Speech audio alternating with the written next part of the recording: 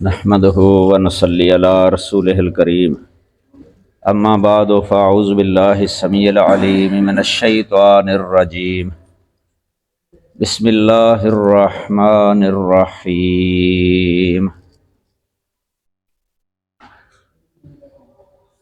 کل ہمارا یہ درس آیت کریمہ 54 نمبر سورۃ الاعراف کی آیت کریمہ 54 نمبر تک پہنچا تھا، اور اس سلسلے میں استواء علی العرش کے بارے میں بیان ہو رہا تھا کہ یہ کتاب اللہ سے بھی ثابت ہے اور سنت رسول سے بھی ثابت ہے، اور اجماع اور عقل اور فطرت تمام دلیلیں اس پر دلالت کرتی ہیں واضح کہ اللہ وحدہ لا شریک اپنے عرش پر مستوی ہے، اپنے عرش پر بلند ہے، عرش کے اوپر ہے اللہ بذات ہی۔ تو اس سلسلے میں ہم کتاب اللہ سے دلائل یہ آپ سن چکے ہیں، اسی طرح سنت رسول سے بھی 9 احادیث آپ سن چکے ہیں صریح واضح، اور تیسری دلیل تک ہم پہنچے تھے اجماع سے ثبوت۔ یہ اجماع جو ہے نا تمام رسولوں کا اور علماء حق کا اس پر اجماع ہے، اور کئی ایک اہل علم نے یہ اجماع نقل کیا ہے، تو کہ اللہ تعالیٰ ساری مخلوقات سے بلند اور ان کے اوپر ہے۔ اجماع نقل کرنے والوں میں شیخ عبد القادر جیلانی اور شیخ الاسلام امام ابن تیمیہ اور ان کے شاگرد علامہ ابن القیم، اس طرح علامہ ابن رشد، اور اسی طرح امام ابن عبد البر،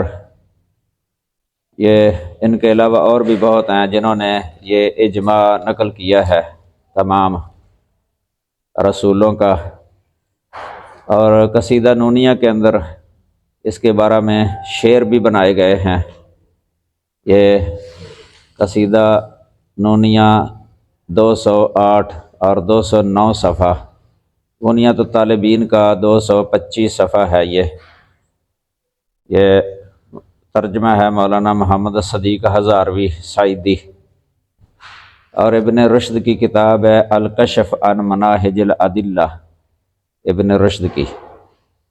اور امام ابن عبد البر کی کتاب ہے التمہید اور الاستذکار۔ ان سب نے یہ بیان کیا ہے،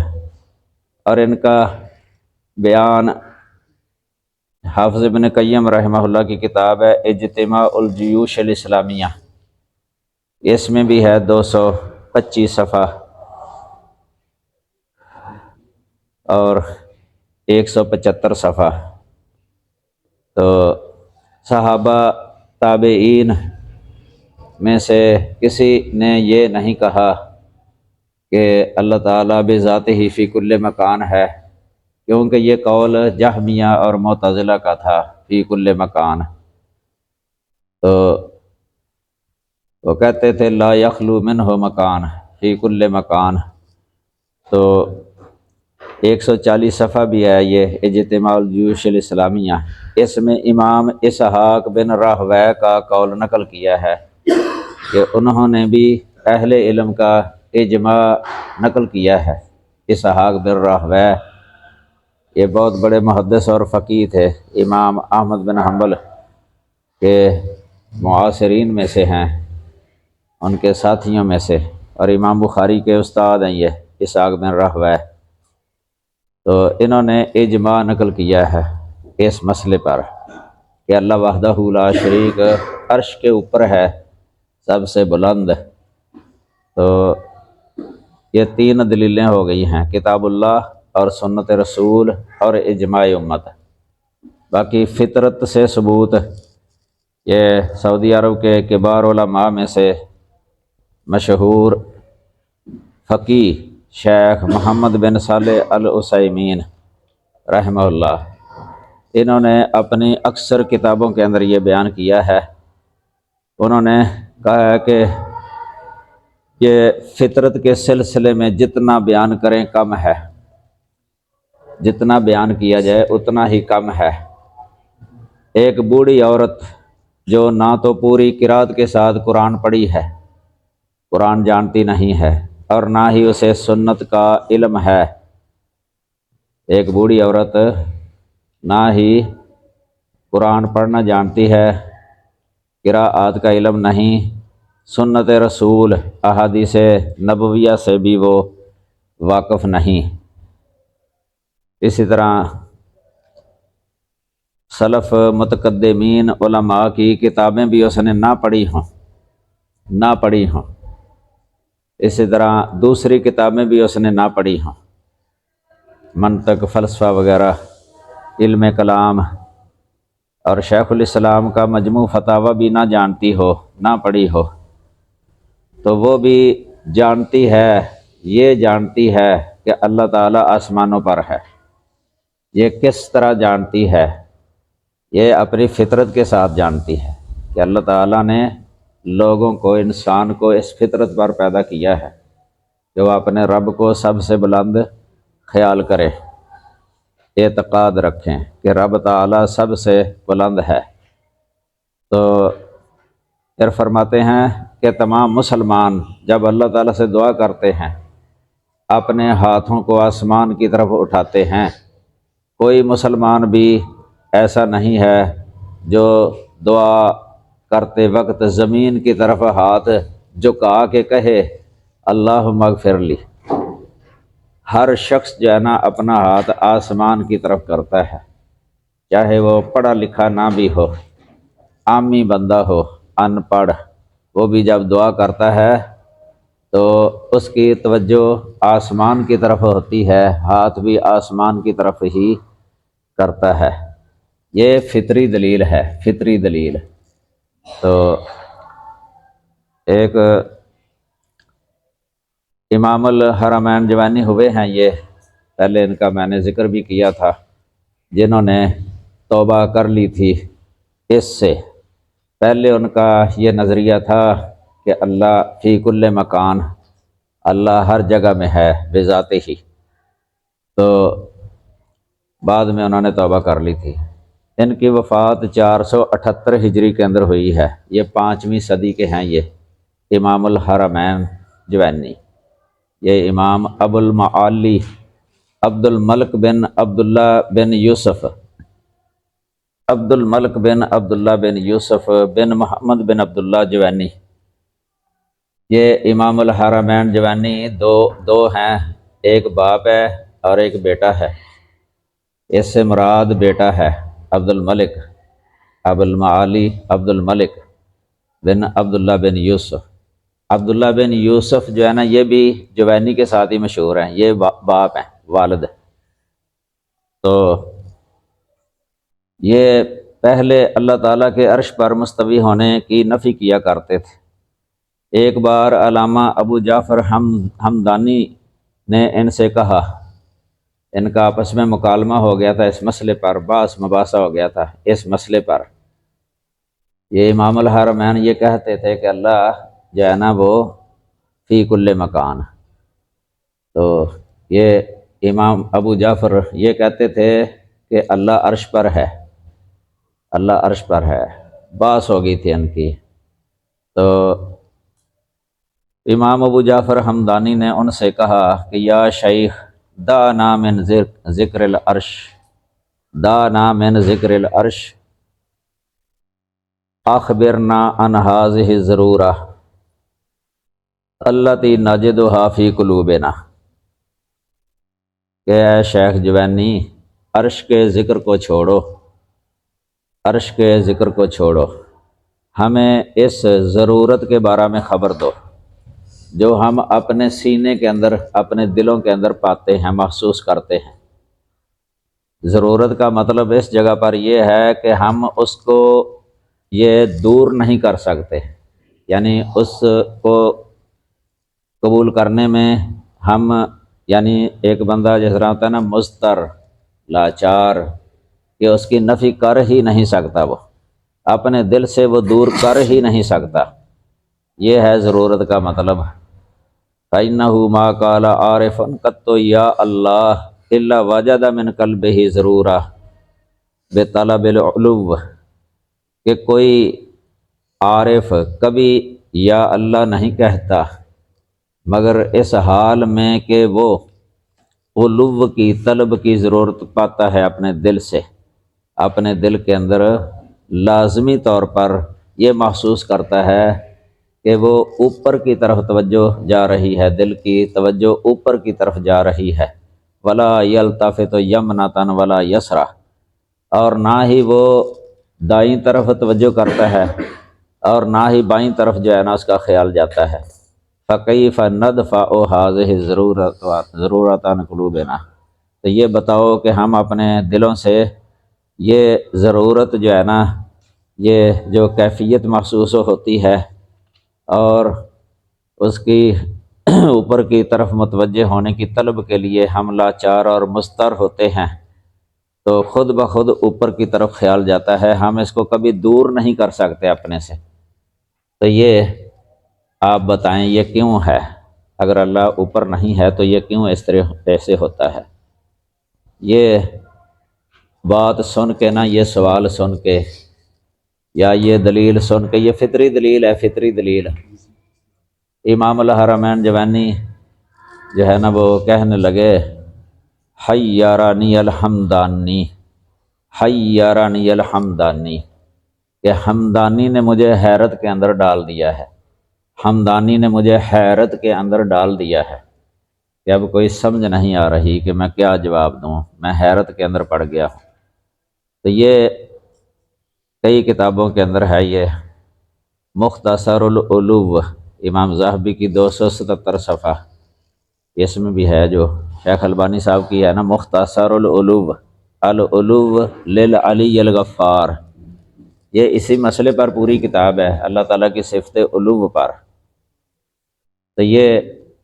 اس طرح شرح عقیدہ طحاویہ 325 اور 326 صفحہ، جو درسی نسخہ ہے نا جو پڑھا جاتا ہے مدارس میں آخری کلاس میں، وہی ہے یہ 325 326 صفحہ۔ اسی طرح اجتماع الجیوش الاسلامیہ، یہ 174 صفحہ ہے، اور سیر و اعلام النبلاء امام ذہبی کی 18 نمبر جلد ہے، 447 صفحہ، سیر و اعلام النبلاء۔ یہ واقعہ جو ہے نا کئی کتابوں کے اندر ہے، یہ کافی کتابوں میں، مجموع فتاویٰ میں بھی لکھا ہوا ہے شیخ الاسلام نے۔ تو یہ فطرت جو ہے نا، جو انسان دعا کے وقت اپنے دل میں پاتا ہے، یہ کبھی بھی اس کے دل سے نکل نہیں سکتی، کیونکہ اللہ تعالیٰ کا اوپر والی جانب میں ہونا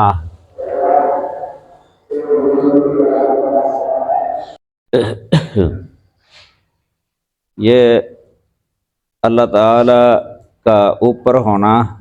یہ فطری طور پہ انسان جو ہے نا اس کو تسلیم کرتا ہے، ہر شخص۔ یہ اللہ تعالیٰ کا جانب علو اور بلندی میں ہونا، یہ بنی آدم کے دلوں میں فطری طور پر رکھ دیا گیا ہے، اسے جبلی صفت کہتے ہیں، جبلی وصف۔ اس کے مقابلہ میں ہوتا ہے کسبی وصف، کسبی وصف، کسبی کا مطلب ہوتا ہے جو خود انسان آپ محنت کوشش کر کے جو ہے نا وہ کوئی صفت حاصل کر لیتا ہے۔ تو یہ جو ہے نا یہ فطری ہے، جبلی ہے، اللہ تعالیٰ نے ہی دلوں کے اندر یہ شے رکھی ہوئی ہے۔ اور اسے یہ فطرت جو ہے نا انسانوں کے علاوہ یہ دوسرے جو حیوانات ہیں ان کے اندر بھی ہے یہ فطرت۔ چنانچہ یہ سلیمان علیہ السلام ایک دفعہ نا اپنے لشکر کے ہمراہ بارش کی دعا کرنے کے لیے نکلے تھے، تو راستے کے اندر جانا کہ چیونٹا وہ چت لیٹا ہوا تھا اپنے ٹانگوں کو اوپر آسمان کی طرف اٹھائے ہوئے یہ دعا کر رہا تھا، اللہم انا خلق من خلقک لیس بنا غنن عن سقیاک فاسقنا، یہ دعا کر رہا تھا عن سقیاک و رزقک۔ یہ حدیث ہے مستدرک حاکم کے اندر، سنن دارقطنی اور طحاوی اور طبرانی اور مسند احمد، ان میں ہے یہ حدیث۔ یہ بلوغ المرام کے اندر بھی پڑھی ہوئی ہے آپ نے، بلوغ المرام میں کتاب صلاۃ الاستسقاء میں نا آئی ہے باب الاستسقاء۔ اس کا معنی یہی بنتا ہے نا کہ اللہ بے شک ہم بھی تیری مخلوقات میں سے ایک مخلوق ہی ہیں، تیری ایک مخلوق ہی ہیں، ہم تیرے پانی اور رزق سے بے نیاز نہیں ہو سکتے۔ یہ دعا جب سلیمان علیہ السلام نے سنی تھی،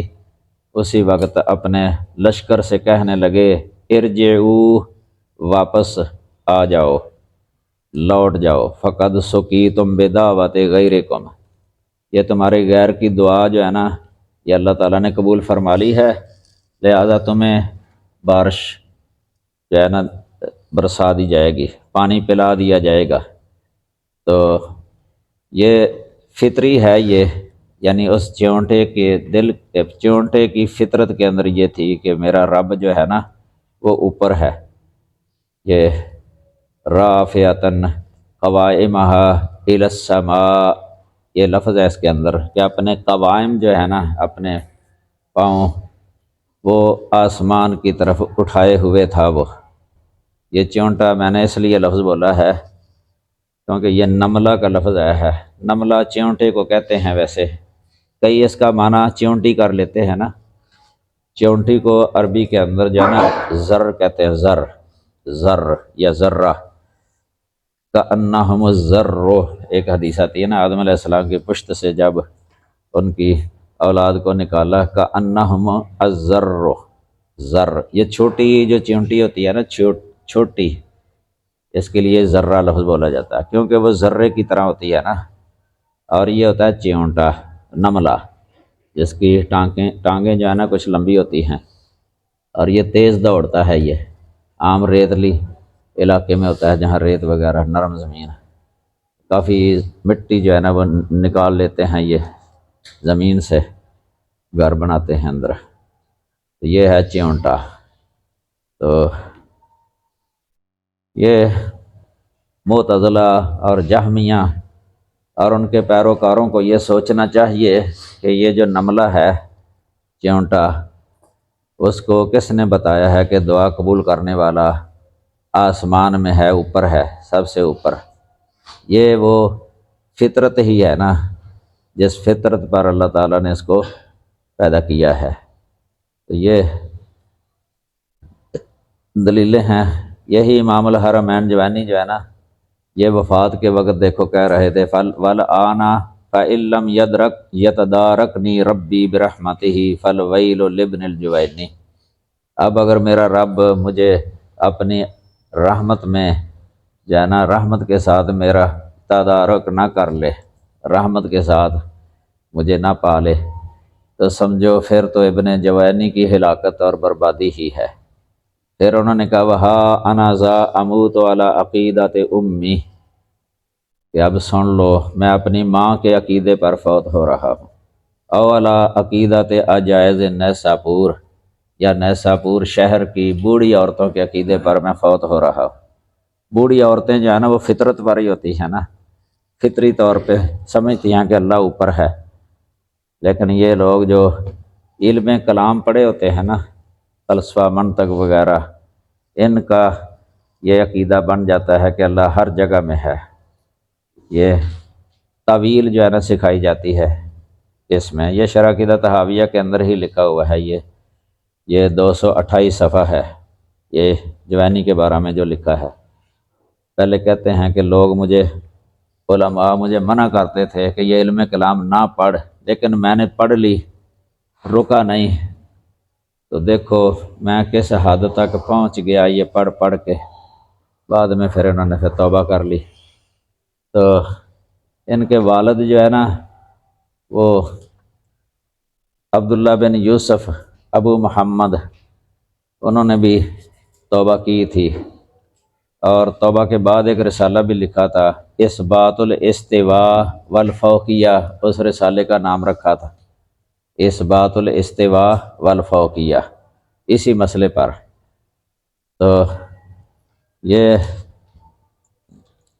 شرح طحاویہ کے اندر نا کئی اور بھی ہیں جن کی توبہ لکھی ہے، آخر امام فخر الدین رازی بھی ہیں جو مشہور مفسر قرآن ہیں، ابو عبداللہ محمد بن عمر بن حسین فخر الدین رازی، اور اسی طرح رازی کے شاگرد شمس الدین عبدالحمید بن عیسیٰ خسرو شاہی، اس طرح ابو الحسن یہ سیف الدین آمدی، اس طرح امام غزالی کے بارے میں لکھا ہے شرح عقیدہ طحاویہ کے اندر کہ جب وہ فوت ہوئے نا، صحیح بخاری سینے پر رکھی ہوئی تھی، لوگوں سے کہنے لگے کہ آج میں اس عقیدے پر فوت ہوتا ہوں جو اس بخاری شریف کے اندر ہے۔ یہ غزالی جو ہے نا یہ 4 صدی کے ہوئے ہیں، یہ شاگرد ہیں ویسے امام الحرمین جوینی کے شاگرد ہیں یہ، یعنی بیٹا جو ہے نا عبد الملک ابو المعالی، اس کے یہ شاگرد ہیں امام غزالی۔ یہ اصل فقہ کی کتاب المنخول ہے نا، من تعلیقات الاصول المنخول، اس کے شروع میں محمد حسین حیتو محقق، اس نے کافی مقدمہ لکھا ہے لمبا، اس میں اس کا جوینی کا بھی ترجمہ لکھا ہے کافی، اور غزالی کا بھی لکھا ہوا ہے، ان کا جو تعلقات تھے آپس میں وہ لکھا ہوا ہے۔ امام غزالی نے بھی بہرحال فوت ہونے سے پہلے جو ہے نا توبہ کر لی تھی۔ اس طرح عز الدین ابو حامد عبدالحمید بن ہیبت اللہ المدائنی ابن ابی الحدید، یہ ان کی توبہ بھی ویسے لکھی ہوئی ہے، یہ شرح نہج البلاغہ لکھی اس نے، یہ 7ویں صدی کے ہیں۔ اس طرح ایک ہیں محمد خوفجی، یہ 646 میں فوت ہوئے۔ اس طرح محمد بن عبد الکریم شاہرستانی مشہور ہیں یہ بڑے، ان کی کئی کتابیں ہیں علم کلام پر، اور فرق پر بھی کتاب ہے الملل والنحل، یہ 548 میں وفات پائی، اس نے بھی توبہ کی۔ یہ لکھا ہے شرح عقیدہ طحاویہ کا صفحہ لکھ لیں 227 تا 229، اس میں ان سب کا ذکر ہے، وہاں پڑھ لینا۔ اور امام ابو الحسن اشعری جن کی طرف یہ اشاعرہ کی نسبت ہے، یہ علی بن اسماعیل، یہ پہلے بتایا تھا ان کے بارے میں، انہوں نے بھی ویسے توبہ کر لی تھی، اور توبہ کے بعد یہ کتاب لکھی تھی الابانہ عن اصول الدیانہ اور مقالات الاسلامیین، ان دونوں کے اندر انہوں نے اللہ تعالیٰ کے عرش پر مستوی ہونے کا مسئلہ لکھا ہے، پہلے آپ سن بھی چکے ہیں یہ، اور معتزلہ کا اور جہمیہ کا رد لکھا ہے، انہوں نے جو تعویل کی ہے اس استواء کی استیلاء کے ساتھ یا ملکہ کے ساتھ یا قہرہ کے ساتھ، ان کا رد لکھا ہے انہوں نے۔ یہ تو قرآن پاک کے اندر یہ بھی ہے قد نرا تقلب وجہک فی السماء، اس سے پتہ چلتا ہے کہ نبی صلی اللہ علیہ وسلم وحی کا انتظار کیا کرتے تھے تو آپ کی توجہ اوپر کی طرف جایا کرتی تھی، اوپر کی طرف، قد نرا تقلب وجہک فی السماء، یعنی آپ کو بھی علم تھا، یقین تھا کہ وحی اوپر سے آئے گی، جبرائیل اوپر سے ہی آتے تھے وحی لے کے اللہ تعالیٰ کے پاس سے۔ تو اس طرح کی بہت ساری، معراج جو ہوا ہے نبی صلی اللہ علیہ وسلم کو، معراج اوپر ہی لے جایا گیا ہے آپ صلی اللہ علیہ وسلم کو، تو دلائل تو بہت زیادہ ہیں۔ اتنا 7ویں صدی کے ایک علامہ احمد بن ابراہیم واسطی ہوئے ہیں، علامہ احمد بن ابراہیم واسطی، یہ ویسے بہت نیک تھے، ابن شیخ الحزامیین کے ساتھ مشہور تھے، یہ ابن شیخ الحزامیین یہ ان کا لقب تھا۔ یہ امام الحرمین جوینی جو ہے نا، یہ عبداللہ بن یوسف جوینی، اس سے مراد باپ جو ہے نا، باپ یعنی امام الحرمین جوینی عبداللہ بن یوسف،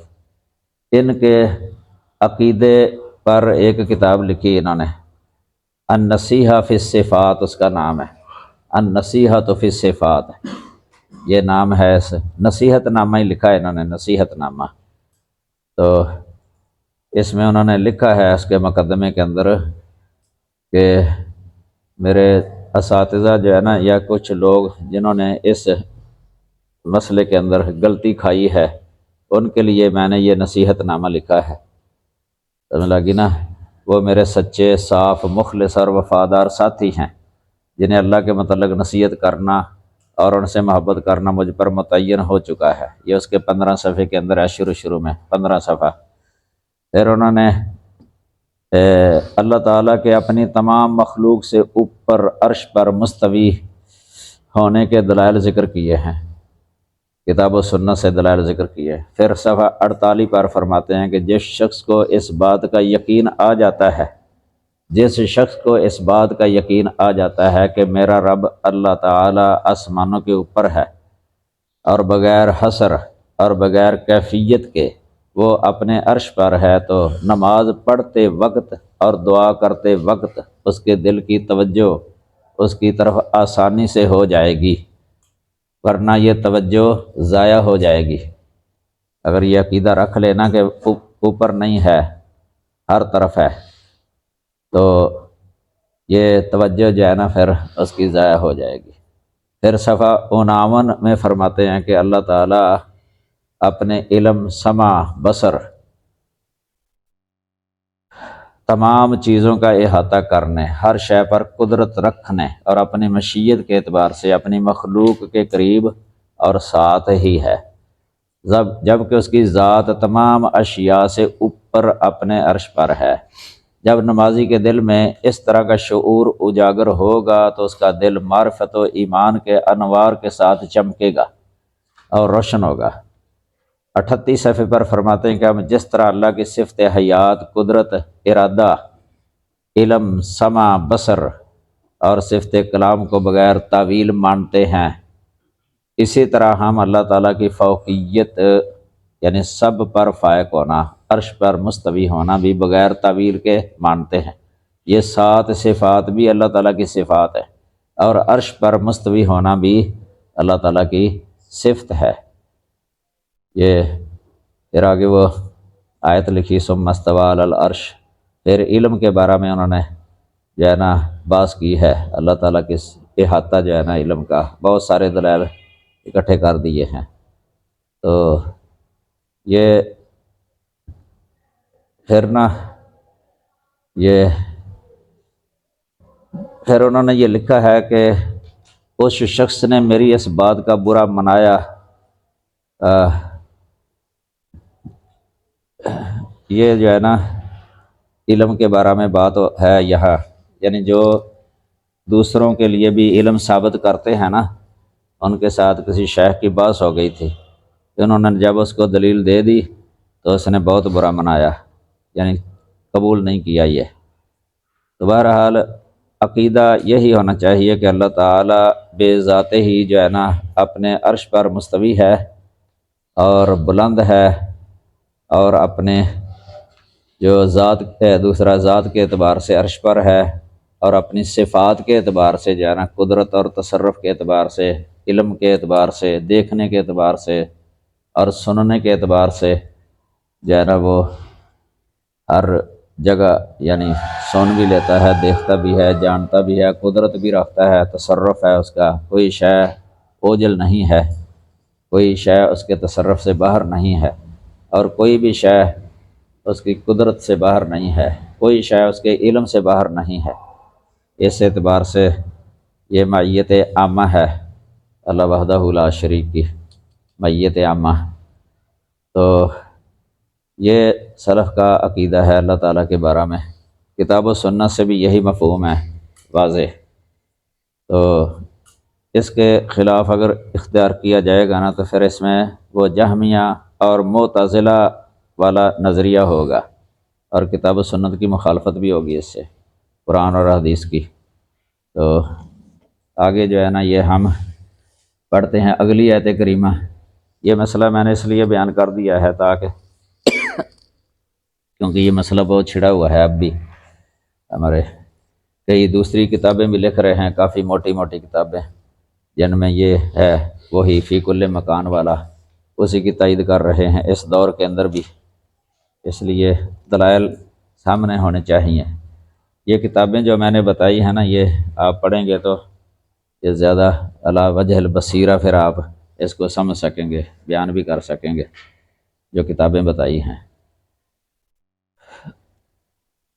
یہ آیت الا لہ الخلق والامر، اسی آیت کے آخر میں ہے یہ الا لہ الخلق والامر۔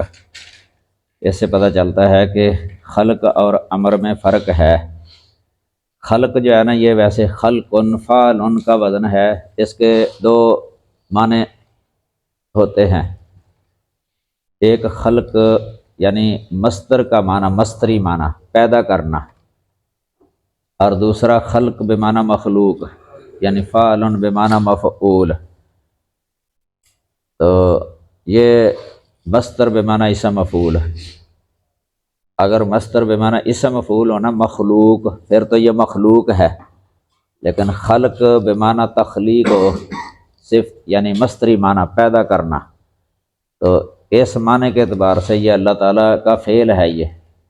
اللہ تعالیٰ کی صفت فعل یا فعلی صفت، اور یہ غیر مخلوق ہے۔ اور امر جو ہے نا، یہ اللہ تعالیٰ کا حکم ہے۔ حکم اللہ تعالیٰ کا کونی بھی ہوتا ہے اور تشریعی بھی ہوتا ہے، تکوینی بھی ہوتا ہے، تشریعی بھی ہوتا ہے۔ مثلا آمنو جو حکم ہے ایمان لاؤ، یا اتبعو یا اطیعو یا اقیموا الصلاۃ، یہ اوامر جو ہے نا یہ شرعی حکم ہے، شرعی احکام ہے۔ اور یہ کن جو ہے نا، کونو قردۃ خاسئین یکونی بردم و سلاما علی ابراہیم، یہ کن فیکون، یہ امر ہے کونی امر۔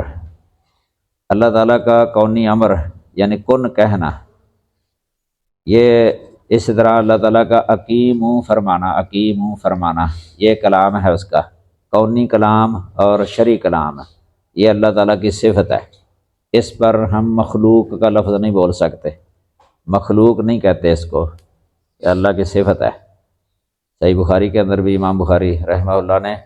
کتاب التوحید کے اندر جو ہے نا، جہاں کلام باری تعالیٰ کا مسئلہ ذکر کیا ہے اور اللہ کی صفت یہ کلام اور اس کی مخلوق کے درمیان یہ فرق کیا ہے نا، تو یہ آیت بھی وہاں لکھی ہے لہ الخلق والامر۔ یہ فرق جو ہے نا اس اعتبار سے ہی ہوگا کہ اگر خلق سے مخلوق سمجھیں، یعنی خلق بمعنی مخلوق، پھر فرق ہے، یعنی خلق اور امر میں فرق ہو گیا ہے۔ اگر خلق سے آپ مصدری معنی لیں نا تخلیق، پھر فرق نہیں ہے، یعنی اس طرح کہ وہ فعل ہے اور یہ قول ہے، یعنی اتنا فرق ہے قول فعل کا، باقی اللہ کی صفت ہونے میں دونوں برابر ہیں۔ آگے سمجھے تو تبارک اللہ رب العالمین، بہت بابرکت ہے اللہ رب العالمین جو تمام جہانوں کا رب ہے، رب العالمین بہت بابرکت ہے۔ یہ لفظ اور بھی آیات میں آیا ہے، تبارک الذی نزل الفرقان علی عبدہ لیکون للعالمین نذیرا، سورۃ الفرقان کے شروع میں تبارک الذی بیدہ الملک، سورہ ملک کے شروع میں آیا ہے تبارک الذی۔ برکت کا معنی ویسے جو ہے نا منافع اور فوائد کے اعتبار سے برکت کا لفظ بولا جاتا ہے، یعنی جس کے جو کثیر البرکات ہونا ذات، کثیر البرکات۔ اور یاد رکھیں اللہ تعالیٰ کی ذات بابرکت جو ہے نا یہ بے مثل ہے، جتنی بھی برکات ہیں انسانوں کو مل رہی، یہ جو زمین سے اللہ تعالیٰ زمین سے جو برکات نکالتا ہے انسانوں کے لیے، یہ بھی اللہ کی طرف سے ہے نا۔ آسمان سے جو برکات نازل فرما دیتا ہے وہ بھی اللہ تعالیٰ کی طرف سے ہے، جس کی وجہ سے انسان کا وجود قائم رہتا ہے۔ اسی طرح اللہ تعالیٰ نے انسان کی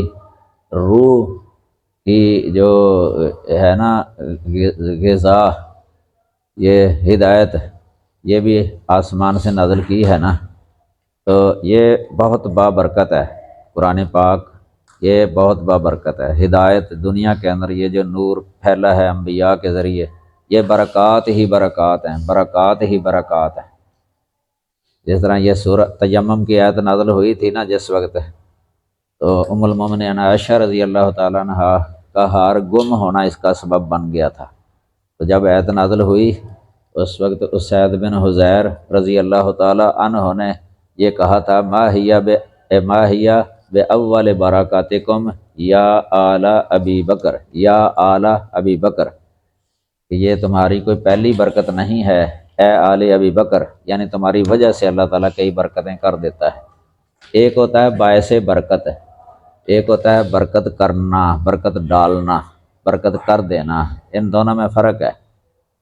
انسان جو ہے نا یہ باعث برکت بن سکتا ہے، ادھر یہی مراد ہے آل بکر، یعنی تمہاری وجہ سے اللہ تعالیٰ جو ہے نا وہ برکت کر دیتا ہے۔ جس طرح یہ ماں باپ جو ہے نا یہ گھر میں ہوں نیک، تو یہ بھی باعث برکت ہوتے ہیں گھر کے اندر، ماں باپ اولاد کے لیے۔ ایک روایت میں یہ آتی ہے البرکۃ مع کبارکم، صحیح جامع صغیر کے اندر ہے یہ حدیث کہ برکت جو ہے نا تمہارے بڑوں کے ساتھ ہے۔ یا اس طرح کوئی عالم ہو شہر کے اندر، علماء کا ہونا زیادہ، یہ باعث برکت ہے شہر والوں کے لیے، سمجھ لگی نا، محلے والوں کے لیے۔ مسجد کا ہونا یہ باعث برکت ہے۔ تو برکت ڈالنے والا کون ہے، برکت کرنے والا کون ہے، وہ صرف اللہ۔ یہ جو معجزات ہوتے تھے، جس طرح ابوبکر صدیق رضی اللہ تعالیٰ عنہ کے گھر میں مہمانوں نے کھانا کھایا تھا، کھانا تو ایک برتن کے اندر ہی تھا، وہ جتنا کھاتے تھے نیچے سے بڑھتا جاتا تھا، حتیٰ کہ فارغ بھی ہو گئے تو کھانا وہ پہلے سے بھی جیسے لگتا تھا زیادہ ہے۔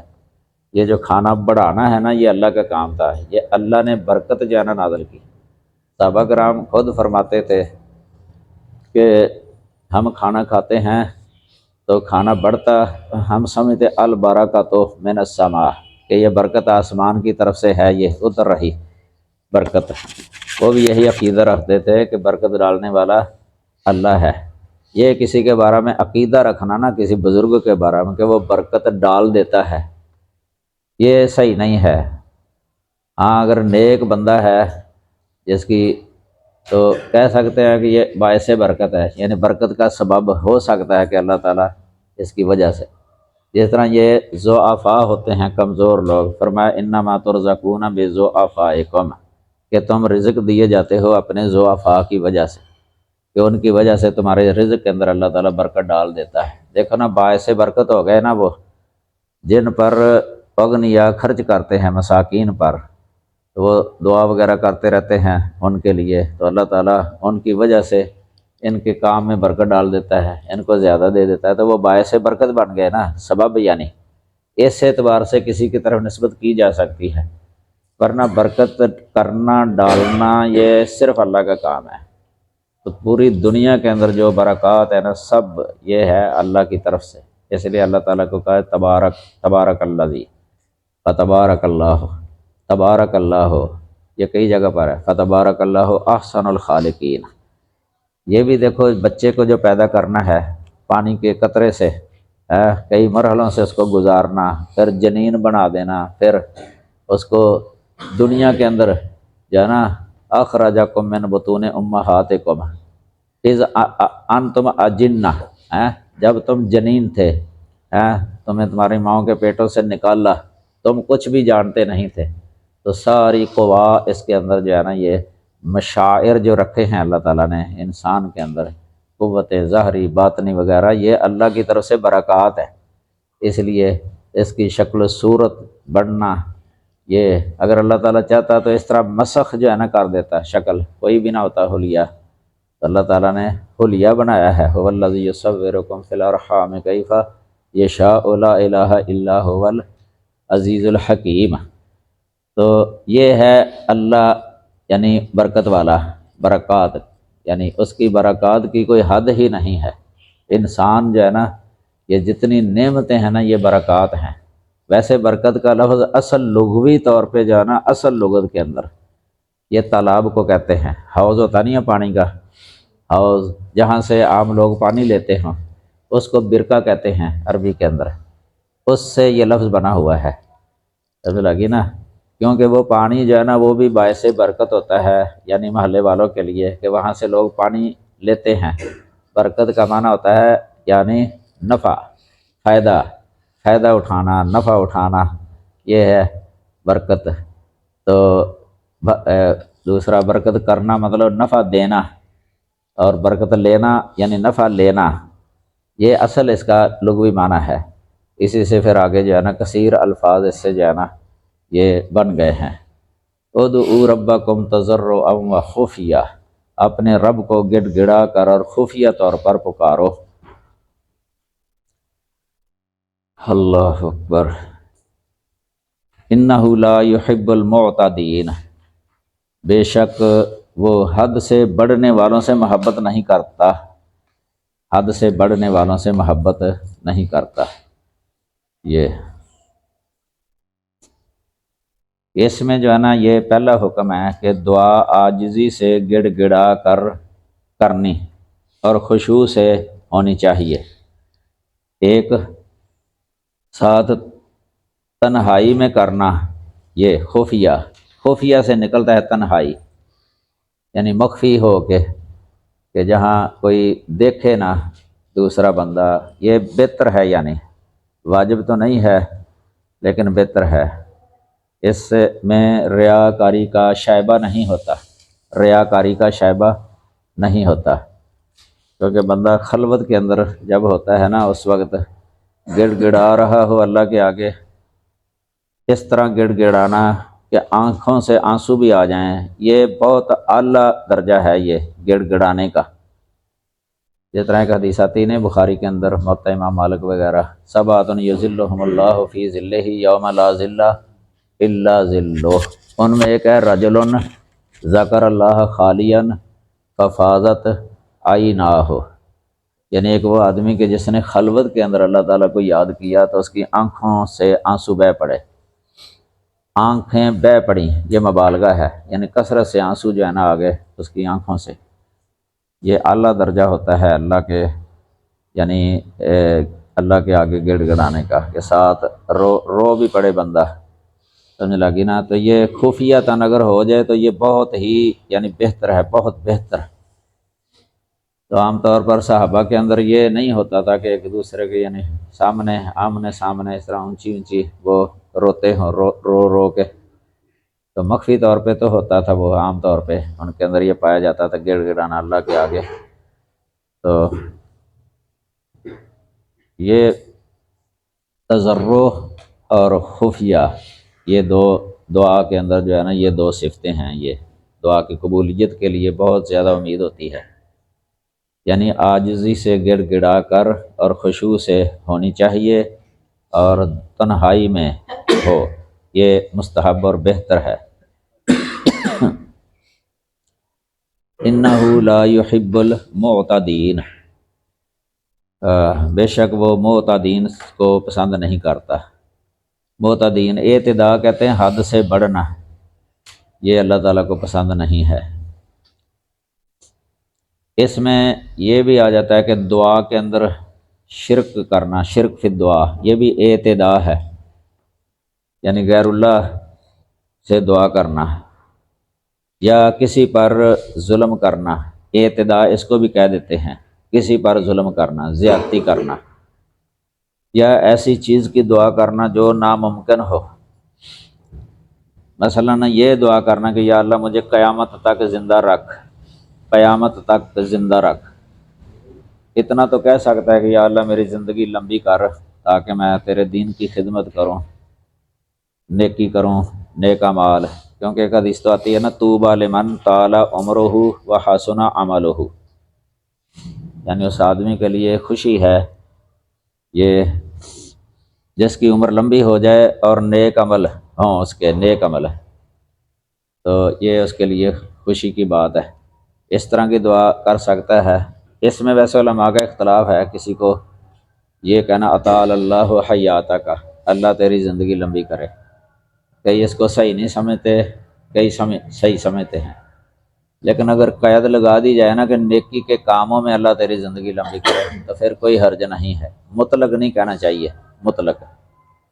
کئی مائیں ہوتی ہیں اپنے بچوں کے لیے اس طرح کی دعا کرتی ہیں کہ اس کی لمبی عمر ہو، ساتھ نیکی والی نے نیک بنے، نیکی کے کاموں میں دین کی خدمت کرے، اسلام کی، تو پھر کوئی حرج نہیں ہے۔ یہ قید لگا کے اگر کہہ دے